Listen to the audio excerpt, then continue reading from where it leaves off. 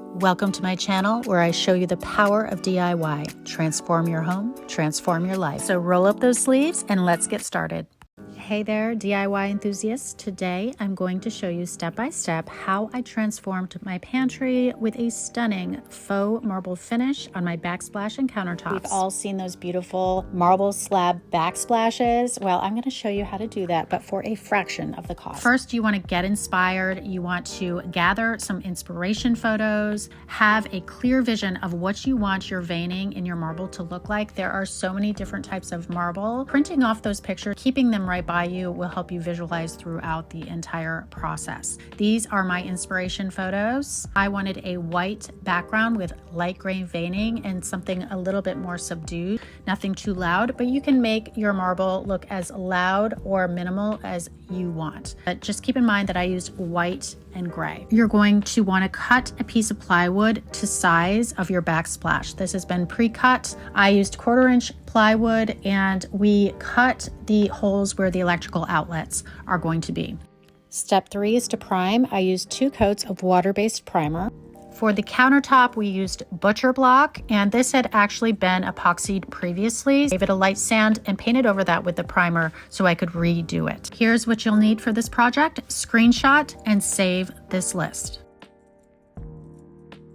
Step 4, create your scumble. This is your base color. So on top of that primer, once that is dried, you're going to mix 1 part glaze with 1 part of your lightest veining paint. I chose light gray, and with 2 parts water, and you want to give that a good mix. This is going to be very runny. You're going to dip in your sea sponge and dab your countertop randomly across, and then you want to follow up with a lint-free rag and dab off all of the excess and spread it into those negative spaces. So all of the white spaces, you're dabbing in the excess, and this is going to create depth and a rich variation of color. Once you're done on both the backsplash and the countertop, let that dry completely.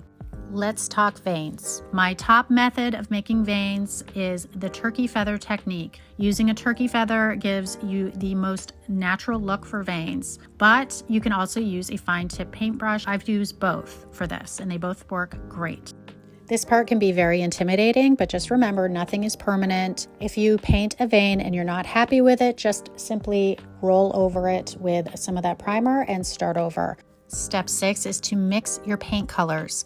I'm mixing 2 different paint colors for the veins and then 1 accent color, which is really just glaze. It's the glaze plus water. So for the first color, I'm mixing the lightest color. I'm doing 1 part paint, 1 part glaze, and 1 part water in a light gray.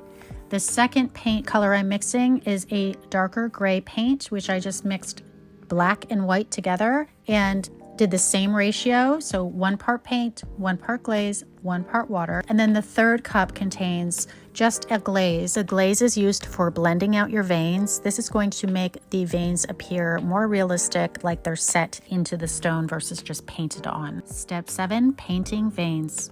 Dip your paintbrush or your turkey feather in the first color, which is the lightest gray, and offload the excess onto a piece of cardboard so it's not dripping wet. Using the feather or the paintbrush, softly lay it down and gently pull it. You want to make this look as natural as possible. So we're not just going to just pull it straight down. You want to kind of wiggle it. You can move the feather over a little bit, create different variations of veining. And if you're working with a brush, steady your hand and mimic the elegance of those natural marble lines. Next, we're going to take a dry, clean paintbrush and just dab each line. To blur it out even further, you can spray a just very fine spray of water. And I also like to take a dry sea sponge and dab those lines. This is creating a shadowy effect. Once you're happy with how the lighter veining looks and it's all blended in, you want to go in with the darker gray color that you already mixed. So here you're going to do the same exact thing. You're making darker accent veins, and I kind of go over the lighter colors so you have a lighter shadowing effect, and do the same exact thing. So you take your chip brush, you dab the veins after you have painted them, and then I go in with a little bit of that glaze that we have set aside, just the glaze in the water, and I either use my brush or the sponge, the sea sponge, and dip that in the glaze and just lightly dab over the darker veins. And this is just going to blur it out and make it look really realistic.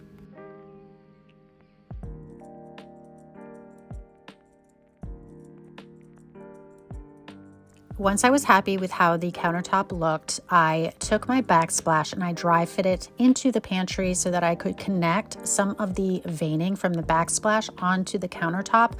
You don't have to do this if you plan on not doing a backsplash, but I think it's a really pretty way to connect the two so it looks like the backsplash and the countertop were created with one marble slab. If you can picture a waterfall island, this is the same concept.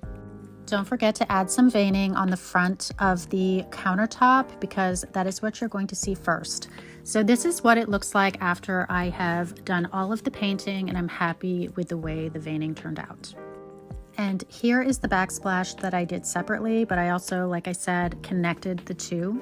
So I didn't realize my husband was actually filming me at the very end when I was finally finished all of the veining, and I was so relieved. Of this project.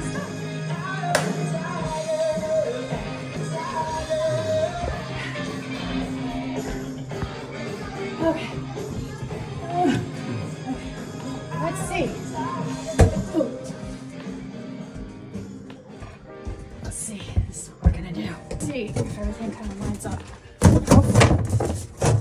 It looks good. Looks good. We were happy with it, and now we're on to the epoxy stage, the last part.